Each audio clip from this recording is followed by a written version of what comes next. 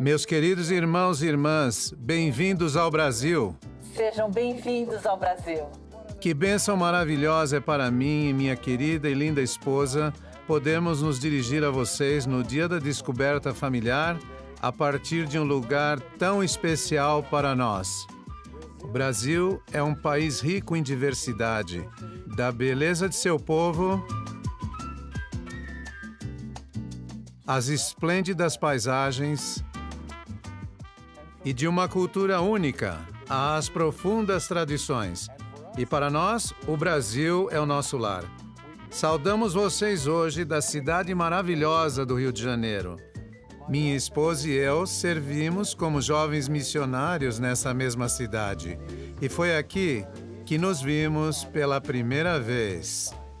Tanto meu marido quanto eu nascemos e fomos criados em São Paulo, a maior cidade do Brasil a oeste daqui.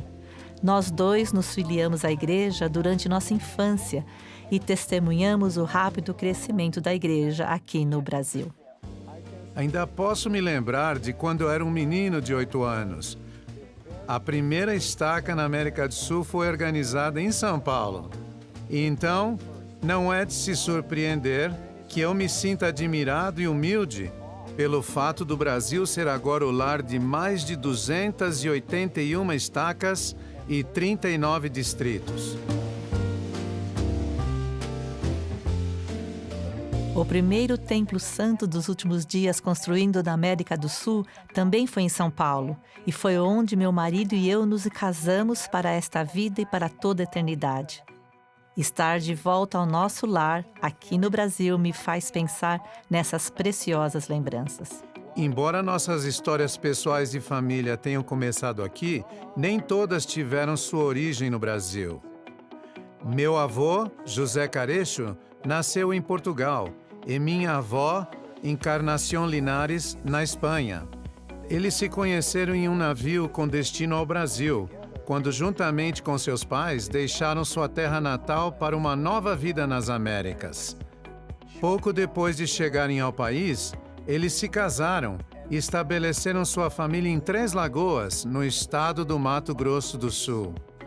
Essas famílias de imigrantes se apegavam entre si para manterem vivas suas tradições e histórias e para oferecerem apoio umas às outras em sua nova vida longe de seu lar. Como acontece com muitos latino-americanos, as memórias são criadas ao redor da mesa de jantar, e foi assim com minha família. Qualquer oportunidade era aproveitada para nos reunirmos, cozinharmos e partilharmos uma comida incrível. Aniversários, feriados e até mesmo domingos eram passados juntos em família.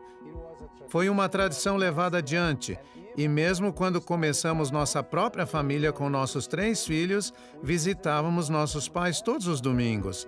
Cozinhávamos juntos, tínhamos uma refeição juntos e passávamos horas e horas juntos em amor e apoiando uns aos outros. Essas histórias e tradições familiares fazem parte de quem somos. Algumas das histórias e tradições são passadas adiante e outras são descobertas. Conforme nos envolvemos na história da família e descobrimos mais sobre nossos ancestrais, podemos encontrar poder nessa descoberta. Poder que pode nos levar a uma melhor compreensão de quem somos e onde pertencemos. Quais histórias de sua família os fortalecem? Quais tradições vocês mantêm vivas? Se nada vier à mente, não desanimem. Nós os encorajamos a descobri-las. E lembrem-se, a história da família não é só sobre o passado distante. Vocês podem olhar para suas próprias experiências e histórias recentes ou para a história, conforme elas acontecem agora mesmo no presente. Vocês podem criar suas próprias tradições. É uma combinação do passado e do presente que tornam vocês únicos.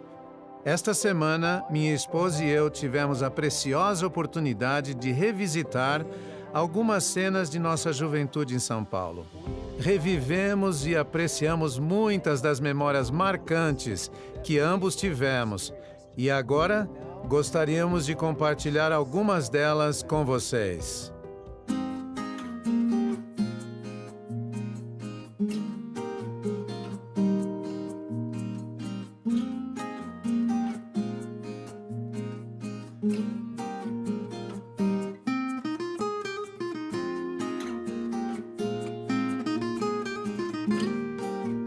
Estamos aqui na Vila Maria. Foi aqui que eu cresci, foi aqui que eu conheci o Evangelho de Jesus Cristo. Os missionários chegaram aqui pela primeira vez em 1965. Eu era o único filho que não tinha 8 anos de idade naquela ocasião. Meus 3 irmãos foram batizados junto com meus pais. Eu tinha um irmão mais próximo de mim, que era 2 anos mais velho do que eu. Ele tinha problema de audição. Ele tinha muita dificuldade de se comunicar. E eu me lembro que eu era como se eu fosse o companheiro dele, ajudando as coisas que ele tinha que fazer, a comunicar com as pessoas. Tive que aprender a me comunicar por sinais. Na igreja, por exemplo, uma vez ele recebeu uma designação para dar um discurso. Claro que ele não podia falar, ele não conseguia falar, né? Mas então eu sentei com ele, ajudei, gesticulando, falando por sinais, ajudei ele a escrever um discurso e na reunião sacramental eu li o discurso que ele tinha escrito. E ele ficava do seu lado? Ele ficou do meu lado no púlpito e eu li o discurso que ele preparou. Então, aqui aconteceram experiências muito especiais na nossa vida. Meus pais foram pessoas fiéis. Muito simples, mas muito fiéis. E a conversão do evangelho deles mudou a vida deles para sempre. Criou uma nova perspectiva, inclusive para mim, porque eles se esforçaram para que minha vida fosse diferente no futuro.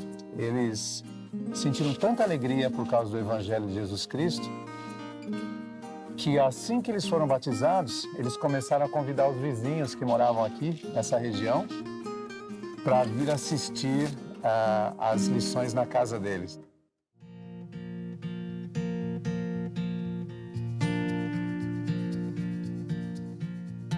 É a primeira vez que eu venho nessa escola, desde que eu saí da escola.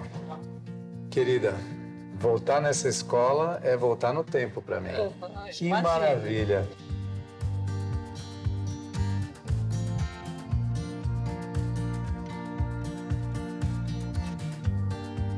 O professor ficava ali, era uma mesa que ficava no centro da sala, ali no meio. Era uma tipo escrivaninha, uma cadeira, e eu sentava exatamente aqui. Aqui era o meu lugar.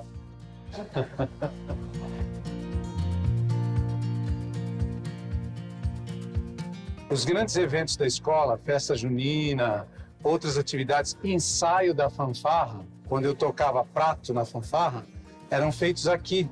E a gente desfilava aqui, treinava aqui, era uma coisa muito interessante. A irmã Gilda, que era uma irmã que era muito amorosa também, muito bondosa, ela recolhia papéis tipo papel alumínio. Todos os papéis alumínios elas recebiam porque aquilo ia ser vendido, ia ser revertido em benefício das pessoas necessitadas. Né? Que lindo. Ela me ensinou a ser mais caridoso. Muito boa lembrança essa.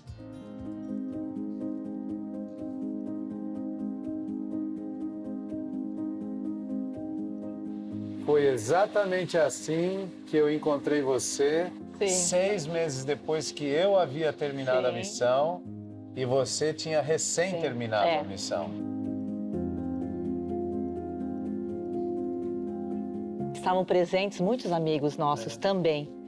E foi muito interessante que no momento nós estávamos dançando e eu via que você olhava para mim. E também começou a nascer alguma coisa dentro de mim, né? E assim que terminou aquela música, você veio me pedir para dançar. Continuamos como amigos, mas não aconteceu nada. Mas foi exatamente naquela noite que os nossos olhos se abriram. Cada um de nós vendo um rapaz e uma moça, um jovem fiel, uma jovem fiel, um potencial de relacionamento. Sim. E 2 semanas depois nós começamos a namorar. Exato. E aí estamos, 41 anos atrás.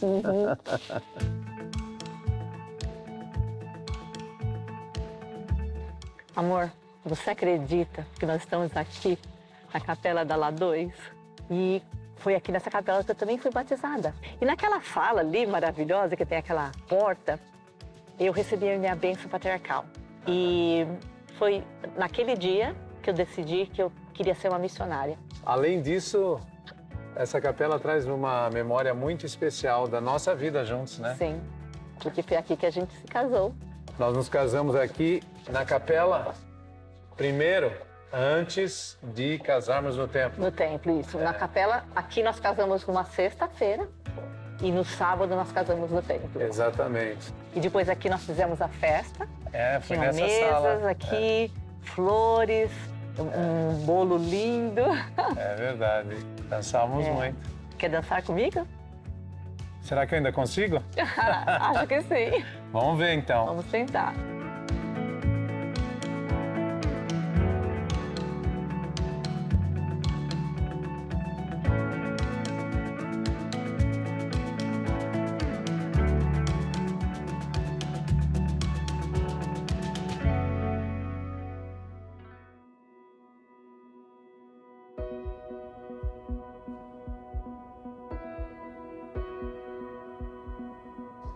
Caminhar nesse lugar aqui traz muitas memórias para nós, né? Sim, muitas, né? Principalmente do início do nosso casamento. A gente passeava nesse lugar aqui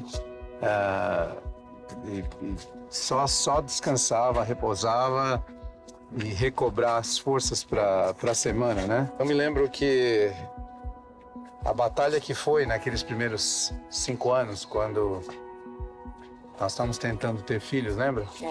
Foi muito difícil, né? Os primeiros... Foram muito difíceis aqueles primeiros 5 anos. Eu não conseguia engravidar. Tivemos muita dificuldade com saúde. Depois de muito esforço, foi naquele momento em que nós recebemos uma bênção do sacerdócio. E depois você teve uma cirurgia e poucos meses depois... O sonho se realizou, né? Que você ficou grávida, nós ficamos grávidas, né? juntos. Juntos, na verdade. A gente confiava tanto no Senhor, e a gente reconhecia as bênçãos que vinham dele. Que não era fácil, né? Nós dois inexperientes mas aí tá e lidando com a vida. O Senhor providenciou nossas necessidades espirituais, a paz que a gente precisava, o conforto, a capacidade para a gente trabalhar, continuar e terminar nossos estudos. Foi um momento assim marcante na nossa vida que mudou completamente a direção das coisas que nós fizemos, né?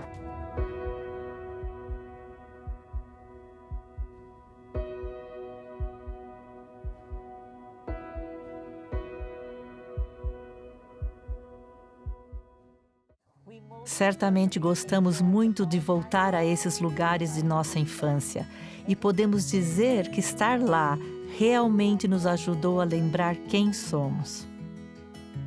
Recordar a nossa cultura, herança e tradições é importante. E juntamente com as experiências que compõem a história de nossa vida, elas contribuem na compreensão de quem somos. Mas, meus irmãos e irmãs, vocês não podem entender completamente a amplitude sobre quem vocês são sem entender de quem vocês são. Vocês entendem que são literalmente filhos de Deus? Já descobriram o que essa herança divina significa para vocês? Para mim, essa descoberta, esse início do meu testemunho, começou ainda jovem, mas tem continuado a se desenvolver e fortalecer ao longo de minha vida. Assim como voltar ao Brasil ajudou a nos reconectarmos com nossas raízes, ir e retornar ao templo pode nos ajudar a nos reconectarmos com nossas raízes espirituais. É lá que podemos aprender e reaprender o plano de Deus para nós. É lá que podemos escapar das vozes barulhentas que tentam nos distrair de quem realmente somos. É lá que temos a oportunidade de ajudar na grande causa da coligação para aqueles de nossa família que nunca tiveram a chance de receber as ordenanças sagradas em sua vida. O primeiro lugar que visitamos aqui no Rio de Janeiro foi o templo recém-construído. Eu só podia imaginar um templo nessa cidade quando ainda era um jovem missionário. E nos sentimos honrados por termos tido a oportunidade de visitar a casa do Senhor, que será dedicada em breve, e compartilhar alguns de nossos pensamentos em um lugar tão sagrado.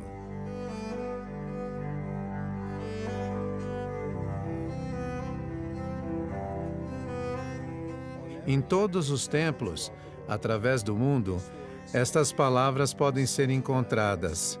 Santidade ao Senhor, a casa do Senhor. Quando entramos pelas portas do templo, estamos em sua casa e estamos também muito mais perto dele e do Pai. Tudo o que acontece entre estas paredes sagradas está centralizado em trazer todos com segurança de volta àquele a quem chamamos Pai. Eu me lembro que quando eu estava na missão, eu não havia recebido minhas ordenanças no templo, porque o templo foi dedicado durante o tempo que eu servia como missionário. Nós viemos, eu e meu companheiro, que não tínhamos recebido nossas ordenanças, e quando nós chegamos no templo, eu vi pela primeira vez a pia batismal, com esses 12 bois sustentando a pia batismal, me deu um sentimento de gratidão tão grande, de pensar que todos os meus antepassados teriam a oportunidade de receber as ordenanças do templo, que eles nunca receberam, que eles nunca tiveram a oportunidade de receber enquanto eles estavam aqui na Terra. E eu lembro que, nessa época que eu fui batizada, na nossa ala, tinha o curso de genealogia, que hoje nós chamamos de História da Família. E eu imediatamente fiz esse curso, fiquei tão animada, consegui encontrar as 4 gerações. E eu comecei a pesquisar junto com a minha irmã Margarete e encontramos muitos nomes que foram enviados para o templo para serem realizadas as ordenanças. E eu, como conversa, eu sabia que a minha decisão de ser batizada teria um grande impacto sobre mim e minha futura família. Mas não me dei conta de como aquela decisão também abençoaria ainda mais aqueles que vieram antes de mim.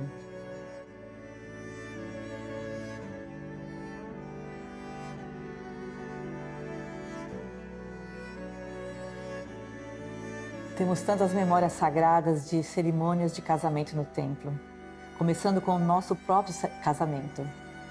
Eu me recordo que nós entramos no templo, numa sala como essa, em São Paulo, e o selador, a pessoa que realizou a ordenança, falou coisas tão especiais para nós naquele dia, como casal, né? Iniciando nossa vida com um casamento eterno em perspectiva.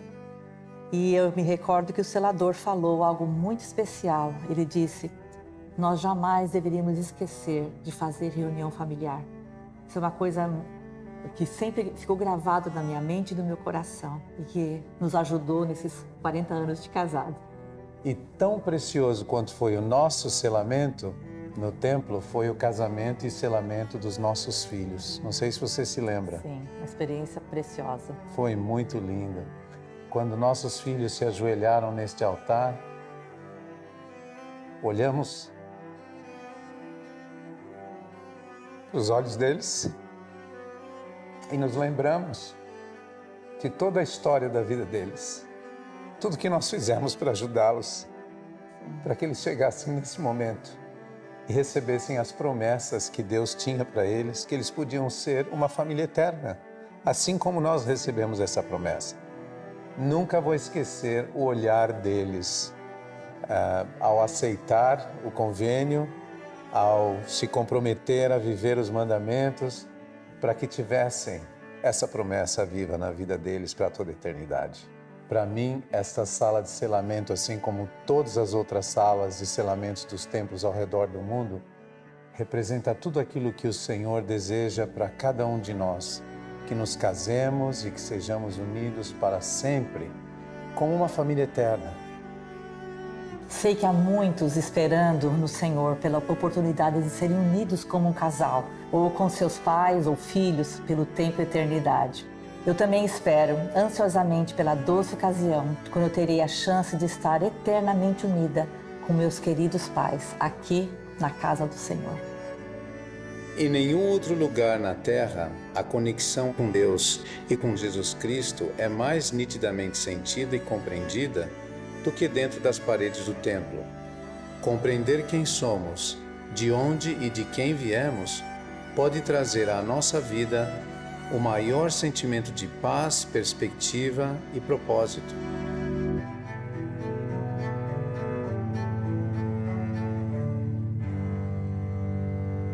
Que experiência inesquecível foi estar junto com minha esposa naquele templo sagrado de Nosso Senhor. Meus irmãos e irmãs, é no templo que vocês podem não apenas descobrir quem são e de quem são, mas também quem devem se tornar. É interessante reconhecer que descobrir quem somos destaca nossa individualidade única, enquanto descobrir de quem somos destaca como somos iguais. Todos nós somos iguais perante Deus, e não importam nossas diferenças. Cada um de nós tem a mesma herança divina e a mesma oportunidade de um glorioso destino celestial. As descobertas das quais falamos podem ter um efeito poderoso e duradouro, não só em nossa própria vida, mas também na vida daqueles com os quais as compartilhamos. Cada um de nós tem um importante papel de transmitir nossas histórias, herança, cultura e tradições de família. Cada um de nós é um elo que liga o passado e o presente ao futuro. E transmitir esses aspectos importantes de quem somos e a quem pertencemos pode fortalecer a nova geração no momento que ela mais precisa. Tão importante, se não mais importante do que transmitir cultura e herança, é transmitir nossos testemunhos de Jesus Cristo, de seu Evangelho e de sua expiação. Esse legado de fé passado de geração a geração é a herança máxima que podemos transmitir às gerações futuras. Como membros da Igreja, não devemos nos surpreender com este princípio. Afinal, o livro de Mórmon foi escrito para o benefício de seus filhos, para que eles saibam em que fonte procurar a remissão de seus pecados. Portanto, falamos para que nossos filhos esperem por aquela vida que está em Cristo. Pais, compartilhem suas tradições para que seus filhos saibam quem são e de quem são. Pode ser tão simples como um testemunho, uma história ou até mesmo uma refeição. Como meu marido já compartilhou, algumas de nossas melhores lembranças familiares estão relacionadas à comida, mas o que ele não compartilhou é que ele é um excelente cozinheiro. Nós gostávamos e ainda gostamos de preparar refeições juntos e nos sentarmos à mesa, rodeados por comidas deliciosas e aqueles que amamos. Alguns meses atrás, tivemos a oportunidade de passar um tempo junto com nossas filhas e minha irmã Margarete, em nossa casa perto de Salt Lake City. Enquanto ouvíamos nossas filhas, descobrimos o impacto que estas descobertas tiveram sobre elas.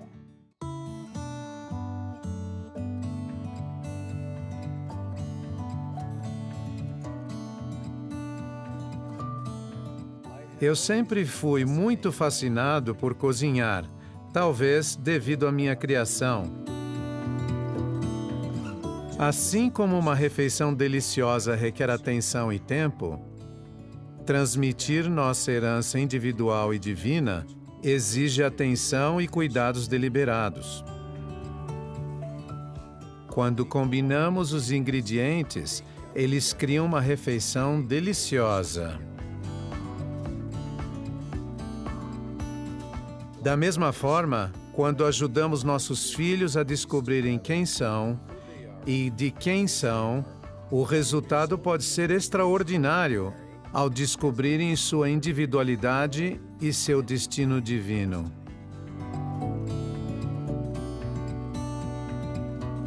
Hoje a mamãe e eu fizemos essa polenta, né? Que é uma comida tradicional nas nossas famílias, né? Tanto na família da mamãe quanto na minha família. E é uma comida muito gostosa que vem de tradições dos nossos antepassados, né? O meu pai, ele sempre falava que a mãe dele fazia polenta na casa, né? Porque eram muitos filhos, então a mãe dele sempre fazia. Só que eles plantavam o milho, depois eles colhiam, eles secavam, moíam e depois preparava a polenta. Lá em casa a gente tinha o hábito de comer polenta também, mas a gente tinha o hábito de comer outras coisas, né? Os que eu sempre gostei de comer quero macarrão de óleo, né? Porque, na verdade, eu ainda sempre peço pra você fazer isso pra mim. Até nos meus aniversários, assim, minha mãe pergunta, o que você quer fazer pro seu aniversário? Eu falo, quero macarrão de óleo com frango frito e creme de milho em cima. Sim. Quem gostava muito de coisas diferentes na nossa casa era o Gustavo, né? Nosso filho. Ele gostava muito de pizza frita, lembra? Pizza frita. Ele Receita da gostava- minha tia. Receita da sua tia que a gente fazia em casa, era muito bom. Sempre foi muito importante a gente... Papai sempre quis que a gente comesse juntos, em família. Pelo menos uma das refeições a gente fazia juntos em família. Sempre é importante para nós essa reunião de família, comer juntos, parece que isso nos une bastante, né? E sempre foi assim, desde o tempo que eu servia, né? Na estaca, como presidente de estaca. Ainda bem que vocês esperavam a gente para a gente ter a refeição Eu junto. lembro, a gente reclamava e reclamava. E daí eu lembro que um dia a gente tava esperando tanto que eu falei, vamos todo mundo fingir que a gente tá morto no chão pra quando o papai entrar em casa. Aí quando ele entrou em casa, a gente tava tudo jogado no chão, assim, fingindo que tava tudo morto. Gritando. Mas esperamos. Mas a gente esperou mesmo assim, né? Quando eu abri a porta da sala, tava todo mundo caído no chão. Meu pai, na nossa casa, nós não tínhamos religião. Mas meu pai fazia oração, faz ainda, todas as noites ajoelhado. E eu sempre assisti isso desde pequena. Ou seja, ele não me ensinou com palavras, mas ele me ensinou com ação, né? E quando eu era pequena também, eu lembro que às vezes eu chamava o nome de Deus em vão. Eu não sabia que eu estava fazendo uma coisa errada. E minha mãe me ensinou, falou que eu não devia fazer dessa forma. Então, ela também não tinha religião, mas ela também tinha um princípio de saber o que era certo e errado. E eu acredito que a Margarete e eu fomos abençoados com vizinhos maravilhosos. A Anne era nossa vizinha e o que ela fez de bom para você, Margarete? Nossa, e ela me convidou para ir numa atividade no sábado de jovens e eu fui super bem recebida na atividade, eu me senti super bem e me convidou para ir no domingo numa reunião da igreja. E eu nunca me esqueci o que eu senti naquele primeiro dia na igreja. Porque primeiro eu senti uma paz tão grande dentro da capela, eu não sabia o que eu estava sentindo, porque eu não entendia que era o Espírito, né? E no final da reunião, todas as pessoas falaram amém, mas foi um amém tão solene que penetrou no fundo do meu coração. E eu falei, nossa, eu quero isso para mim. Nesse mesmo dia que você foi para casa e contou para a mãe as coisas que estavam acontecendo, vocês estavam na sala, eu lembro disso. Eu estava na cozinha, tomando café e comendo pão, como eu sempre fazia todo. Quantos anos você tinha nessa época? Tinha 9 anos. 9 E anos. você, tia?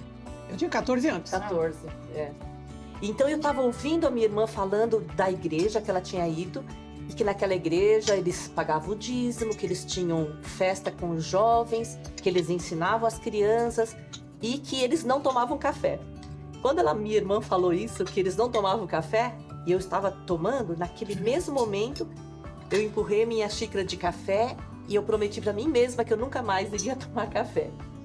Daí eu fui né? Daí eu fui para a sala para ouvir mais as coisas que ela falava. E naquela mesma semana, a minha vizinha, que chamava Rosana e que tinha 9 anos, igual a mim, me convidou para ir para a primária. E eu fui para a primária e descobri que era a mesma igreja. Vocês duas cresceram na igreja sem os pais na igreja, edificaram a sua fé no Evangelho e decidiram dedicar a sua vida para ensinar os seus filhos a mesma fé, né? Sim. Eu já falei isso pro meu marido várias vezes, que eu acho que se eu não tivesse tido pais que todas as semanas a gente fazia reunião familiar, que sempre a gente lia as escrituras em família, que fazia as coisas que a gente é pedido para fazer na igreja, eu acho que eu provavelmente não faria em casa. Porque eu não teria esse hábito, eu não teria trazido esse hábito, esse exemplo de um modelo de como fazer para os filhos crescerem no ambiente da igreja. Porque, realmente, hoje em dia tá difícil a situação. E as crianças precisam desse fundamento, né? Para crescer no ambiente. E esse hábito é chave. Porque, para mim, o fato de a gente já ter o hábito em casa fez com que agora eu com meu marido, a gente também tem o hábito. É mais fácil. O meu marido não cresceu com esse hábito na casa dele. Então, Para ele foi um ajuste, mas um ajuste bom, claro. Mas então, se nós dois não tivéssemos esse hábito, talvez seria mais difícil. Então é mais fácil continuar depois que tem o hábito. Essas escolhas que vocês faziam, eu acho que escolha e responsabilidade, assim, é uma grande coisa no nosso evangelho, né? A gente tomar as escolhas, porque é só desse jeito que a gente vai pra frente, né? Nessa vida e na próxima, né? E vocês tomando essas escolhas e a gente, como filhos, observando isso, tem um impacto grande, que a gente vê um modelo de como ajudar os nossos filhos a poderem desenvolver a fé deles, né? E tanto que a gente pode... Lógico que a gente pode desenvolver a fé fazendo outras coisas também. Mas como pais, eu acho que é importante a gente ajudar, né? Dar aquele empurrãozinho que as crianças precisam às vezes. Isso que é o mais importante no Evangelho de Jesus Cristo. E por isso a gente tem que manter isso vivo, né? Dentro do nosso lar, dentro da nossa família, para transmitir isso para o futuro. Vem das nossas raízes lá de trás e vai passar pelo tempo e transferir para as futuras gerações. Para mim, acho que uma coisa que sempre me marcou bastante foi a dedicação que vocês dois sempre tinham no chamado de vocês. Eu lembro até quando eu era criança, que você era presidente da primária uma época, e você era presidente da estaca, e vocês eram tão comprometidos com o chamado, e tinham um verdadeiro comprometimento com o evangelho. Então isso para mim não tem desculpa boa para não fazer o que tem que fazer. Ou você faz direito, ou você não está fazendo um bom trabalho. Você tem que fazer o que você pode, o máximo que você pode. E eu acho que eu aprendi muito isso com o exemplo de vocês.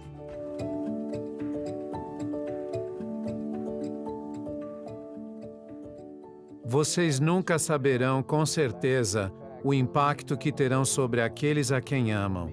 Para mim, a experiência que tivemos com nossas filhas me ajudou a entender um pouco mais que não é preciso muito para se passar um legado e que nunca é tarde demais para começar. Enquanto estávamos aqui no Rio de Janeiro, meu marido teve a oportunidade de visitar um dos lugares mais emblemáticos do Brasil. Enquanto estava ao seu lado, vi meu marido prestar testemunho de nosso Salvador Jesus Cristo inúmeras vezes.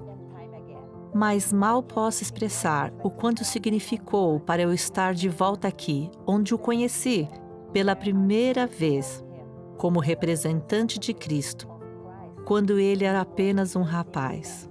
O tempo nos envelheceu e nos mudou, mas também nos fortaleceu em nosso testemunho que compartilhamos, ao nos esforçarmos para descobrirmos quem Ele é, nosso Senhor e Salvador Jesus Cristo.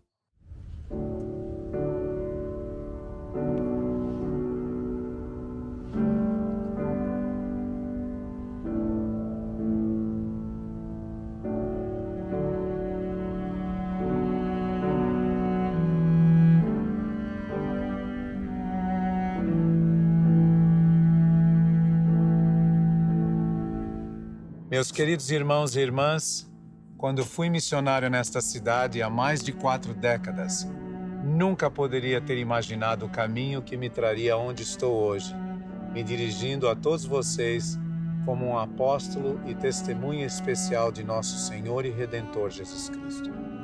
Estou agora no topo do Pão de Açúcar, de onde se pode ver a imensidão do Rio de Janeiro, e atrás de mim, no alto do Morro do Corcovado, está o Cristo Redentor. Esta majestosa estátua, que retrata o Salvador com seus braços abertos, se tornou uma das imagens mais emblemáticas do Brasil. Há dias em que se pode ver claramente esse monumento se erguendo sobre a cidade, mas há ocasiões em que as nuvens rodeiam a montanha, ocultando a estátua. Nesses momentos, para vê-la, é necessário subir um pouco mais. Para vê-la, se requer uma subida íngreme. Oh, como isso é verdade com o nosso Salvador Jesus Cristo. Para descobri-lo e sabermos quem Ele é, necessitamos subir um pouco mais e fazermos aquela escalada íngreme. O caminho para se descobrir quem Ele é, com certeza é pessoal e tem sua dose de altos e baixos.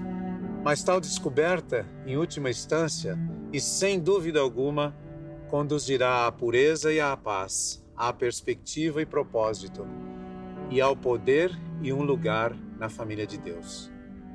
Lemos sobre sua vida, seu exemplo perfeito e seus mandamentos.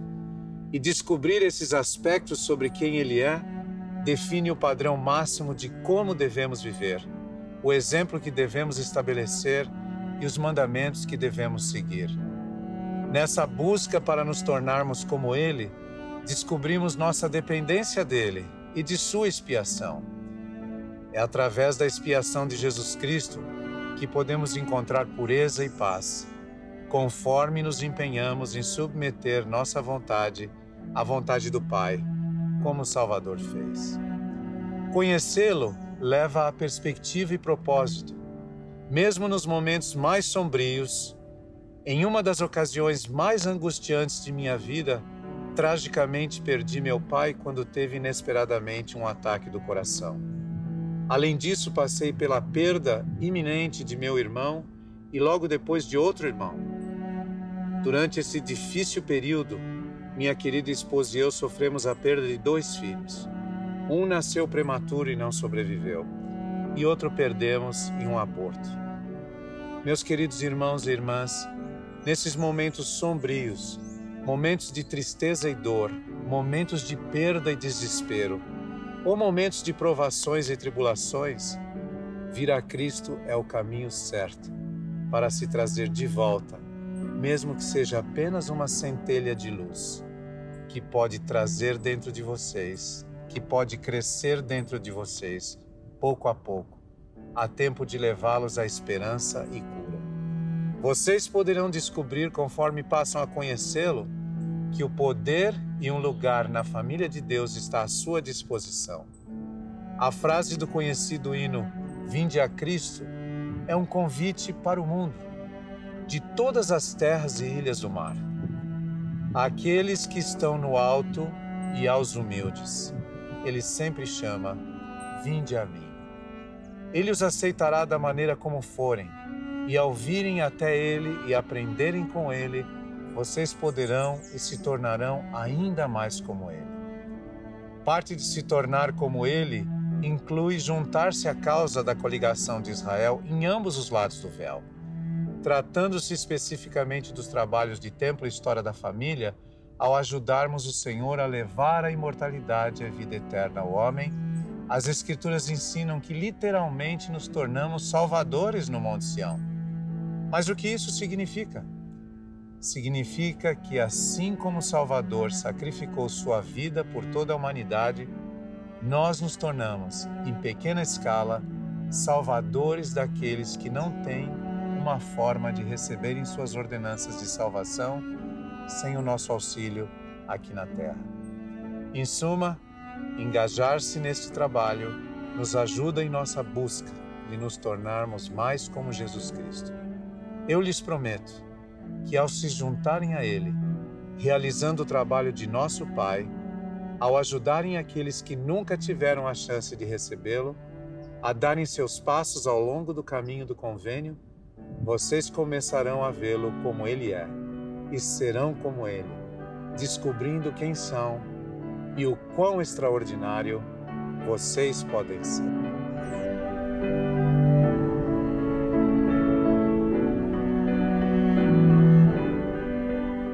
Que experiência memorável foi passar este dia de descoberta familiar com todos vocês. Oramos para que as melhores bênçãos de Deus estejam sobre vocês ao embarcarem nesta jornada de descoberta. À medida que procuram descobrir e transmitir quem são e de onde vocês vieram, vocês saberão quem Ele é, seu Salvador Jesus Cristo, e prometo a vocês que encontrarão pureza e paz, perspectiva e propósito, e encontrarão poder e lugar na família de Deus. Como uma testemunha especial dele, presto testemunho de que ele vive. Ele os conhece, e seus braços estão estendidos, convidando-os a virem a ele. É somente através dele que podem se tornar e quem devem se tornar. Testifico de que isso é verdade em seu sagrado nome, mesmo Jesus Cristo. Amém. Amém.